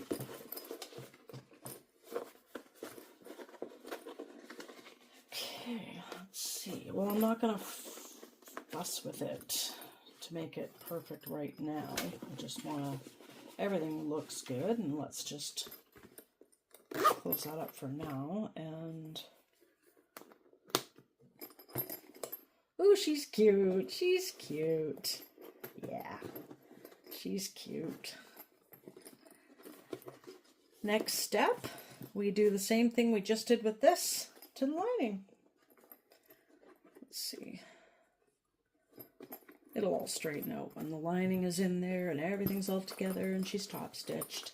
She's cute. She's little, but she's adorable and fashionable. Very cute.